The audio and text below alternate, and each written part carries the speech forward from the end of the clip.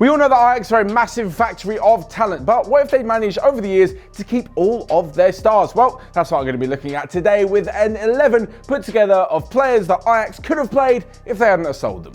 First off, and in goal is Jasper Cillessen. At the moment, Andre Onana is doing a fantastic job, but Cillessen really is one that got away. Now, of course, as with all these players, it's difficult for Ajax to avoid the temptations of a lot of money and for the players to avoid the temptation of playing for another of Europe's biggest clubs. But with Cillessen, he did well and earned his move to Barcelona back in 2016. Since then, though, he managed just 5 league appearances in 3 years for Barcelona, meaning that in the summer he left to Valencia in a swap deal for Neto. But don't be fooled, he still is a top goalkeeper. He's established himself as the Netherlands #1 as a master for 50 caps for the national team and is only 30 years old, so he's still got plenty of time to be a top keeper. So moving into the defence now, and we've got a back three full of 3 top quality centre-backs. Unfortunately, the likes of Felipe Luis, Davinson Sanchez and Thomas Vermaelen all didn't make it into this team, but that's because there's 3 stellar centre-backs in front of them, the first being Toby Alderweireld. The now Tottenham centre-half spent 9 years at Ajax, 4 in the academy and 5 in the first team, during which he proved himself to be an unbelievable defender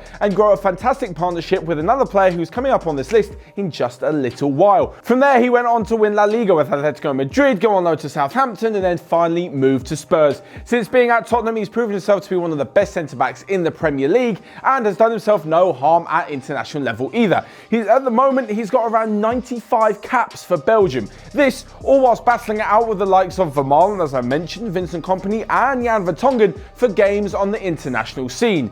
If Ajax had it back now, I'm sure he would do very well in covering for another certain defender that they just lost this summer. And that is Matthijs de Ligt. Of course, Ajax and the player, like I mentioned before, couldn't turn down the big bucks that were offered by Juventus in the summer, but de Ligt really proved himself to be a fantastic player at Ajax in the few short years that he was in the first team. He was in the academy since a kid and did help them on that fantastic run in the Champions League last season to the semi-final. He was also present when they were in the Europa League final and they lost to Manchester United, and of course helped them to a domestic double last season.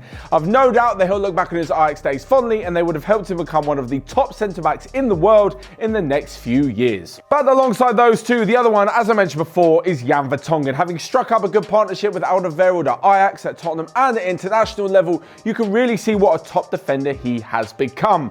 On his own right, he's been one of the best in the Premier League in the last few years, as I mentioned before, with Alderweireld.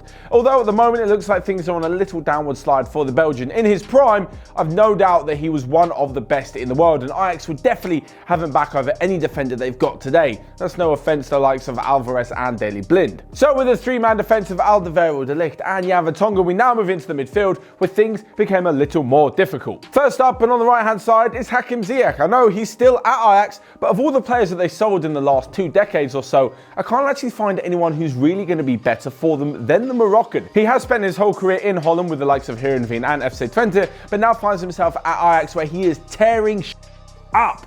He's been unbelievable when leading them to the semi-finals of the Champions League, much like the likes of de Ligt and de Jong did as well. But it's his creativity and his driving force in the attacking areas which really worry opposition defences. He was in stunning form at the end of last season, and it's quite amazing that no big clubs came in for him over the summer. As much, he is now still at Ajax and still tearing the defence up week in, week out in the Eredivisie and in the Champions League as well. But now we're going to switch to the left-hand side and to a young player who may have just slowed down his career a little bit by moving to Roma. Now, that's no offence to Roma, but I just think Justin Kluivert moved a little too young. He had 2 years, maybe 1.5 in the first team at Ajax and really showed why he was such a hot prospect a few years ago. Since moving to Roma though, he hasn't really had much playing time, certainly not enough to aid his development. If he'd have stayed at Ajax, I've no doubt he'd be a better player. But the son of former legend Patrick is still just 20 years old, so he's got loads of time to grow into a fantastic winger. If he was on the other side to Ziyech in this team, my word, this would be a threatening midfield. And we haven't even gotten to the number 10 or the central midfield playmakers just yet. First off, and in the centre of the park, Frenkie de Jong. I mentioned him earlier, yet again another key component of their run to the semi-finals and one of the best midfielders that Ajax have produced, period. Never mind in the last few years, 10 years, this century.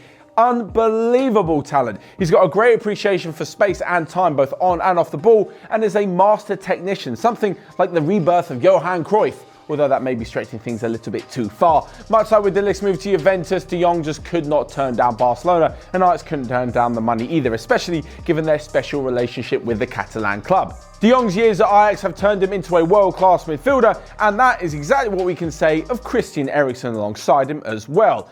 Eriksen had a few years at Ajax during which he won titles and domestic cups before moving on to Tottenham. He is the third player on this list who is currently at Tottenham, having played for Ajax. Despite coming under a bit of scrutiny at the moment, having said he wanted to leave Spurs, it's not to be forgotten that whilst he's been in the Premier League, he has been an assist king. In fact, he is only the second player behind David Beckham to assist more than 10 goals in 4 consecutive Premier League seasons. But moving away from the midfield and to the number 10 role behind two mega strikers who we'll get onto in just a minute. But it's the second player in this list who currently still plays for Ajax, and it's Dusan Tadic.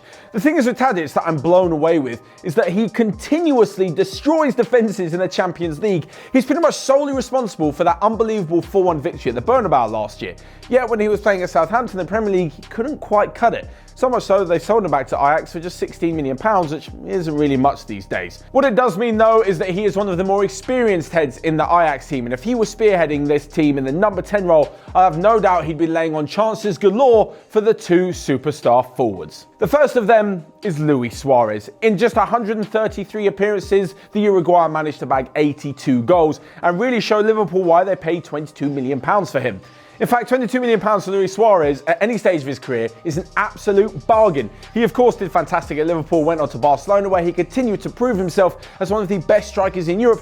Even now, at the age of 33, he is still a fantastic scorer, and I have no doubt, even at the stage that Ajax have him back now, never mind having him back whilst he's in his prime. Of course, alongside him, it's the one and only Zlatan Ibrahimovic. Now, I know what you're thinking, wow, he was at Ajax a long time ago, but he's still playing, still fighting fit at the age of 38 in the MLS, and he still reckons he could do it in the Premier League. Between 2001 and 2004, Zlatan Ibrahimovic donned the famous Ajax shirt, and of course, gave us that ridiculously memorable goal where he dribbled past like 9 players and then past the keeper and then scored, and it was just utter madness. It really made Zlatan's name on the European scene, and of course massive moves to many of Europe's top clubs followed that as well. It's been goals galore throughout his career, and even though it's been a little bit troublesome during his time at Ajax, can you imagine how much fear the likes of Zlatan and Suarez would strike into the opposition defenders? They didn't know whether they'd be dribbled past or get into a fight. Either way, this would be a ridiculous Ajax 11 had they kept all of their stars. Of course, it's unrealistic to think they would have done so, but it's fun to dream anyway. But what do you guys think of this Ajax 11? Who would you have had in? Who would you not have had in? And could they win the Champions League? I'm going to assume that we all agree they'd absolutely slap up the Eredivisie and the domestic titles, so let me know how you think they'd fare in Europe's elite competition. Whilst you're down there, you can smash the like button and click here or here to check out loads of other videos we've got going on OneFootball. But until next time, I will see you guys later.